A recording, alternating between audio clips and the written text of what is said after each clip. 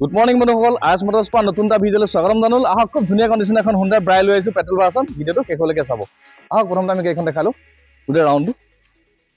গোটেই এটা দাগি নাই দেখিছে, একদম ক্লিন হৈ আছে। টায়াৰ কণ্ডিশ্যন চাওক, একদম ধুনীয়া লাগি আছে দেখিছে। আহক এডভকেটৰ গাড়ী হয়, একদম ধুনীয়াকৈ ৰাখিছে, মেইনটেনেঞ্চ ভাল, একদম A1 হৈ আছে কণ্ডিশ্যন। আহক বাহিৰটো চাই লওক, মই ভিডিঅ'টো খুলি খালি চব কমপ্লিট দেখাম বাৰু। খালি আপুনি ৰাউণ্ডটো চাই লওক, কেনেকুৱা ক্লিন হৈ আছে গাড়ী, কোনো এটা দাগি নাই দেখিছে। আহক পেট্ৰলৰ হয়, মাইলেজো ভাল বা চলাবলৈও ভাল, বাইকখন যি চলাই গম পাই তেখেতে। বাইকটোতো দেখালে, এতিয়া আহক ইণ্টেৰিয়ৰটোৰ পৰা দেখাওঁ। এডভকেটৰ চিম্বল লাগি আছে।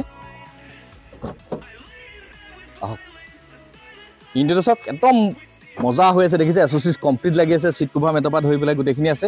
এইটো মডেলত আপুনি পাই যাব 4খন পাৱাৰ উইণ্ডো পাই যাব। এইটো কোম্পানীৰ ভিতৰত চাউণ্ড ছিষ্টেম পাই যাব, AC হিটাৰৰ পৰা ধৰি গোটেইখিনি আছেই। একদম মজা হৈ আছে, যথেষ্টখিনি স্পেচ আছে। এল্টো ৱেগনাৰ ইয়নতকৈ স্পেচটো অলপ বেছি হয়, আৰু হুণ্ডা গাড়ীখন চলাবলৈও অকণমান ছফ্ট হয়। আৰু গাড়ী দেখিছে কমপ্লিট চিল হৈ আছে। আৰু টায়াৰ কণ্ডিশ্যন চাওক, টায়াৰ যিকেইটা লাগি আছে এইটো টায়াৰ চাওক, দেখিছে আপোনাৰ 85% ওপৰত আছে। মানে টায়াৰ যিকেইটা লাগি আছে গোটেইকেইটাই ভাল লাগি আছে, আৰু 30,000 কিলোমিটাৰ আৰামত চলাব পাৰিব। এইফালে চাওক, এই দেখিছে একদম মজা হৈ আছে। আৰু গাড়ী বোলে নাই কিবা বডি চাউণ্ড, কিবা ছাছপেনশ্যন চাউণ্ড, তেনেকুৱা একোৱে কাম নাই। এই দেখিছে, এখন দৰ্জাও দেখিছে সম্পূৰ্ণ চিল হৈ আছে। মই ডিগিটোৰ পৰা খুলি দেখা দিছোঁ। ইয়াৰ ডিগিটো জানেই, অকল এই গ্লাছখন নাং খায়। ইয়াত দেখিছে, এইফালে চাওক স্পেয়াৰটো ভালে হৈ আছে। ইয়াত দেখিছে স্পেয়াৰ মোটামুটি আপোনাৰ 70% প্লাছ আছে।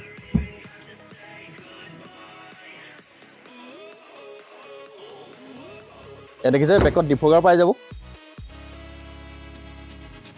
এইটো মডেল হ'ল IVT মডেলটো হয় ব্ৰাইও। চাওক ইয়াত দেখিছে চব চিল আছে, একদম যথেষ্টখিনি স্পেচ আছে। আপোনাৰ 5জন মানুহ একদম আৰামত যাব পাৰে, একদম থেপাথেপি নহয়, ধুনীয়া হয়। চাওক 4খন পাৱাৰ উইণ্ডো দেখিছে, 4খন পাৱাৰ উইণ্ডো পাব। অট'ফুল ইয়াতে এডজাষ্ট কৰি মিলাব পাৰিব। ইয়াত দেখিছে, মই এপাক হেৰিটো মডেলখন থাকি এপাক ইঞ্জিনটো দেখাই দিওঁ। ইঞ্জিন চাওক একদম ড্ৰাই হৈ আছে দেখিছে, ক'তো এটা লিকেজ নাই। এফ্ৰন দেখিছে চিল আছে, এইটো এফ্ৰনত চিল আছে। ইয়াত কোনো ধৰণৰ খোলা, বেটেৰী দেখিছে এইটো গ্ৰীণ হৈ আছে। ইয়াত কোনো ধৰণৰ খোলা মেলা ৰেঞ্চ কিবা লগা একো হোৱা নাই। যদি কোনোবাই ভাবে মেকানিক এজন লৈ আনি চেক কৰোঁ বুলি চেক কৰি ল'ব পাৰিব, বোলে ডিলাৰত চেক কৰি লওঁ, চেক কৰি ল'ব পাৰিব। 1 টকা খৰচা নাই, একো কাম নাই। গাড়ী বনে দেখিছে সম্পূৰ্ণ চিল আছে। যিজনে দেখিছে মেইনটেনেঞ্চ ভাল তেখেতক, খুব ধুনীয়াকৈ ৰাখিলে গাড়ীখন। 14 চনৰ গাড়ী হিচাপত একদম মজা হৈ আছে।